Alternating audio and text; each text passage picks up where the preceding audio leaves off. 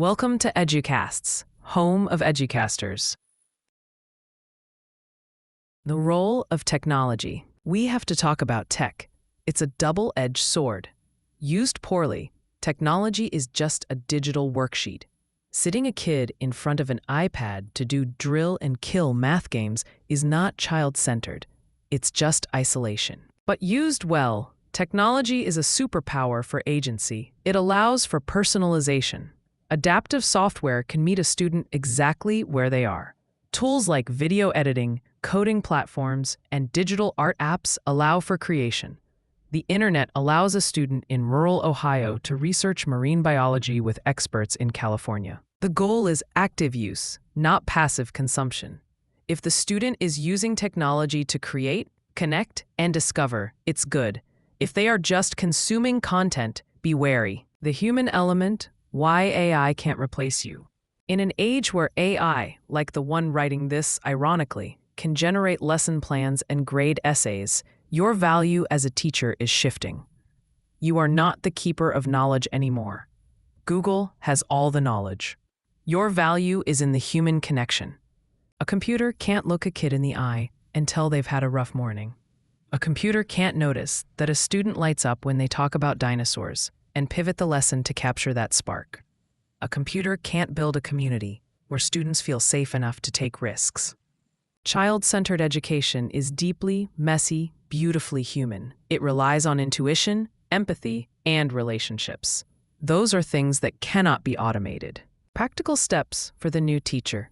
So, you're about to start. How do you actually do this without burning out in the first semester? 1. Start small. Don't try to overhaul everything on day one. Pick one thing. Maybe it's flexible seating.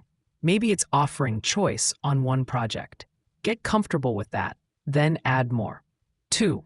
Build relationships first. Spend the first 2 weeks just getting to know them. Forget the curriculum for a minute. If they trust you, they will work for you. If they don't, it doesn't matter how good your lesson plan is. Ask them. You don't have to guess what they want. Ask them, how do you learn best? What do you hate about school? Their answers will be your roadmap. Observe. Watch them when they aren't looking at you. What do they do at recess? What do they talk about? That's your data. Find your tribe. You will run into cynical teachers in the lounge who will tell you to give up and just use the textbook. Ignore them. Find the other teachers who are still excited. You need a support system to keep this up. The future of education. We are at a crossroads. The economy is changing. The world is changing. We don't need factory workers who can follow instructions blindly. We have robots for that. We need problem solvers. We need innovators. We need people who can collaborate, who have empathy, who can navigate ambiguity. Traditional education suppresses those skills. Child-centered education cultivates them. By focusing on the student, we aren't just being nice. We are preparing them for a reality we can't even predict yet. When you center the child, you are playing the long game. You might not see the results on Friday's spelling test. You might not see it by the end of the semester. But 10 years from now, that student will be an adult who knows how to ask questions, how to advocate for themselves, and how to learn without someone standing over them with a stick. Child-centered education is not a set of rules. It's a mindset. It's the constant, daily decision to value the human being in front of you more than the system that put them there. It is messy. It is loud. It is often frustrating. It requires you to check your ego at the door every single morning. But it is also the only way to truly educate. It's the difference between filling a bucket and lighting a fire. As you step into your own classrooms, you're going to feel the pressure to conform, to get them in lines, to get them quiet, to get through the chapter. Push back. Remember why you got into this. You didn't do it for the curriculum. You did it for the kids. Keep them at the center, and you won't go wrong. Expanding the lens, specific case studies, and theoretical deep dives. To really grasp the nuance here, we need to zoom in. It's easy to talk about agency in the abstract, but let's look at how this plays out in specific scenarios, examining the friction between theory and practice. The reading workshop model. Let's look at literacy. In a traditional model, the whole class reads the same novel, let's say To Kill a Mockingbird, at the same pace. The teacher leads the discussion. The students answer questions at the end of the chapter. In a child-centered reading workshop, think Lucy Calkins or Nancy Atwell, the dynamic flips. The lesson starts with a mini-lesson, 10 to 15 minutes, on a specific skill, say, tracking character development. Then, the students go off to read books of their own choosing. This is radical. One kid is reading Harry Potter, another is reading a graphic novel, another is reading a nonfiction book about sharks. They are all practicing the skill of tracking character development, but they are doing it with content they actually care about. The teacher circulates, conferring one-on-one. Hey, show me how your character is changing in this chapter. This is differentiation in real time. You are teaching the reader, not the book. But here's the snag. How do you ensure rigor? How do you know the kid reading the graphic novel is getting the same challenge as the kid reading the classic? This is where your expertise comes in.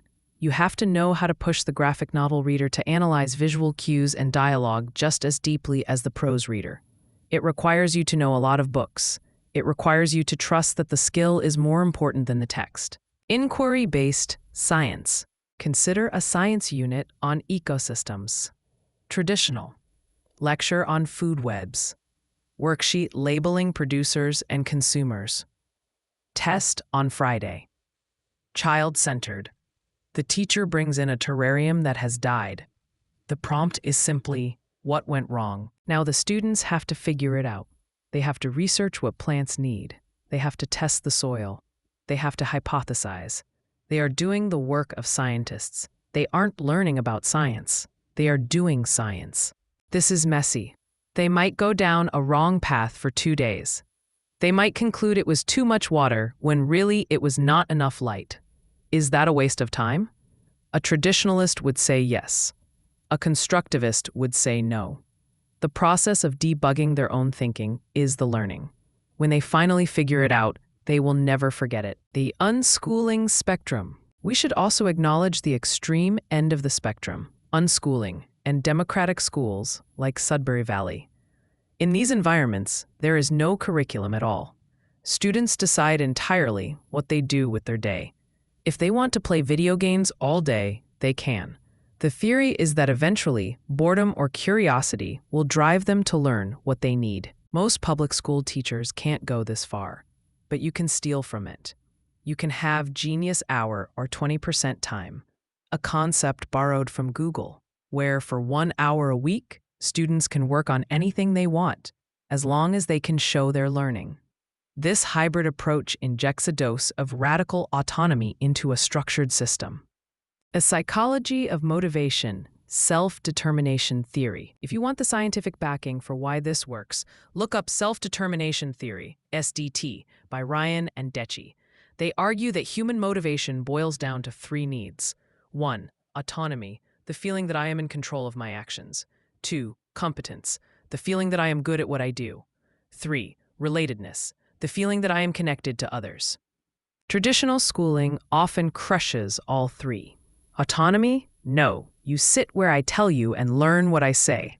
Competence? No. Here is a red pen showing you everything you got wrong. Relatedness? No. Stop talking to your neighbor. Child-centered education hits the bullseye on SDT. Autonomy, you choose your book or your project topic. Competence, we use grading for growth, so you see your progress. Relatedness, we do collaborative work and build community. When these needs are met, you get intrinsic motivation. That's the holy grail. Extrinsic motivation, stickers, grades, fear of detention, works for a little while, but it's brittle. As soon as the reward or punishment is gone, the behavior stops. Intrinsic motivation is self-sustaining. It's the kid who reads under the covers with a flashlight because they want to know what happens next. That's what we are trying to build.